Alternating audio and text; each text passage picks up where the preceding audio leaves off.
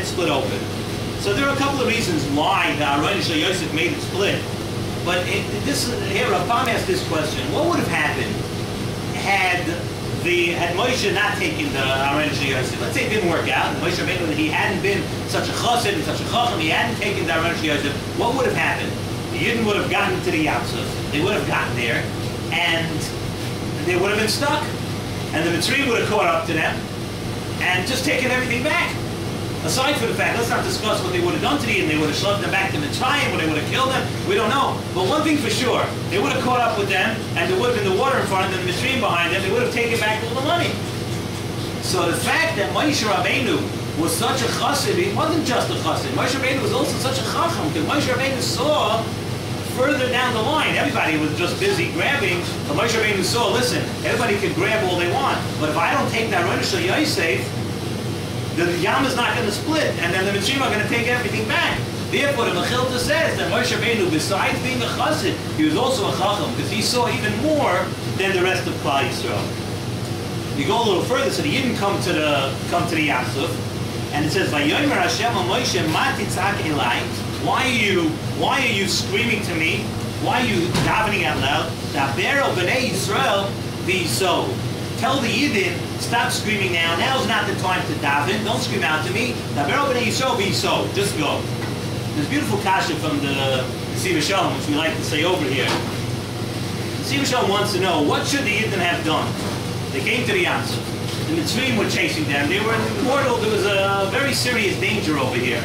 What should the Yidden have done? What does a Yid do when he's really in trouble? Daven. So what's the question? Ma titzak elai, why are you davening out to me? Just go. Daber el bnei Yisrael v'so. So the Shiur Shalom says a beautiful yesod here. Perhaps I saw it also in the Or Chaim, says it also on this week's parsha, that there are times, in order for somebody, when somebody's misfollowed to something, when something's wrong, in order for tefillah to have an effect, in order for somebody's tefillah to work, a person you have to have some schus. There has to be something there that the tefillah should grab onto. And over here, the Yidden came to the Yamsuf. There was a real time on the Yidden. We all know the Malachim was saying, "Halal if they have a desire, halal if they have a desire." Why are you going to kill the Mitzrayim? The Mitzrayim worship Avodah Zarah, and the Yidden worship Avodah Zarah.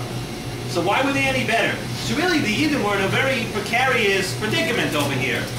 So what do we do? So what HaKadosh Baruch Hu is saying is, there's still one thing that after, even if you don't have a schus for tefillah to work, there's one thing that a Yid always grabs onto. And the thing you can always grab onto is bitachon. In bitachon and HaKadosh Baruch Hu. So Hashem is saying now, Ma titzak elai, now is not the time to daven. Daber el bnei Yisrael, let them use the koyach bitachon. True that tefillah might not work over here, but go ahead, and any matzah that a Yid wants to go, just have bitachon and go anyway. And that takes precedent, even such a matzah but tefillah can work. And there the Rebbeinu Shalom, once a person has bitachon and he has to go, there already the Rebbeinu Shalom has to keep his promise of kirachim of Abanim. Then he's like a father. Then he has to have Rachmanis on us like a... So the Geula of Mitzrayim was Vanitzak el Hashem lekei Avosenu. Over there they did scream when they were in Mitzrayim. They screamed out to Hashem, but there was a different story. There was the promise to Avraham Avinu. So there was a special schus of a promise to Avraham Avinu. That they didn't have by Kriyas Yamsuf. Kriyas Yamsuf didn't have that thing. Therefore, it's a matitzak elai. You can't daven right now. Now the davening's not going to grab onto something, but go on to the one thing that a Yid always has, and that's bitachon. I just want to say over one thing. Today I remembered a few years ago I spoke somewhere. It was also Shabbos Shira and Tu B'Shvat. I saw beautiful, beautiful thoughts from Rav Moshe Feinstein Zatzal. Rav Moshe says about Tu B'Shvat, what's the big celebration of Tu B'Shvat? Why is it such a happy yontif? What's the big, the actual, we know what Tu B'Shvat really is. Tu B'Shvat is the Mishnah Rosh Hashanah says that there's a Rosh Hashanah for this and a Rosh Hashanah for that and an Elul and Tishrei and Tu B'Shvat is Rosh Hashanah Lilonis. What is it? That the Meiser of the previous year, the plans for bringing Meiser of the previous year ends on Tu B'Shvat. So what's the big celebration? What do we get from Tu B'Shvat today? What exactly are we celebrating? So Moshe says that when you gave your Meiser to the Leviim, He said, had the Torah not, had we not made, not the Torah, had the Chacham not made a cutoff point of Tu B'Shvat, how would it work? Human nature does as follows. Okay, I'm going to give it, but maybe I need these good fruit, and maybe next year, maybe I'll keep this one and I'll give you the next year's, and maybe next year, maybe I'll have a better crop, I'll have a worse crop, let me push it off to next year. And you keep pushing things off, and unfortunately things don't last forever, and people certainly don't last forever, and you would have never gotten around to giving the Meiser. So he says, here's what we do. We made a cutoff point of Tu B'Shvat. And Tu B'Shvat tells us, he says, it's not pshat that just you have a chayv to pay to the Levi.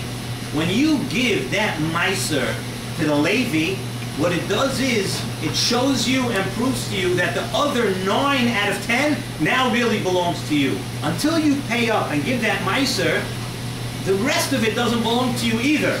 So now, when you gave your Meiser to the Levi, and you know that you're obligated to give your Meiser over there, it's like a big celebration, because when you give it there, then everything else, now that you have, that Baruch Hashem you were zeicha to, that belongs to you. So he says, so that today, that's a lesson that not just then, unfortunately today we're not in Yerushalayim, today that lesson pertains to also now in our lives with tzedakah.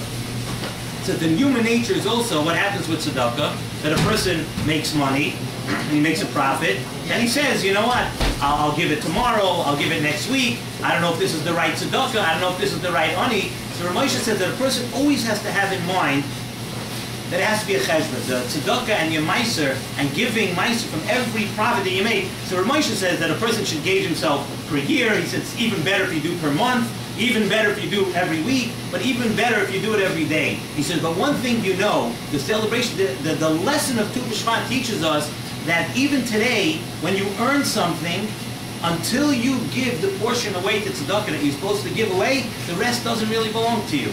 It's part of a tanai of what you get, what you're able to keep.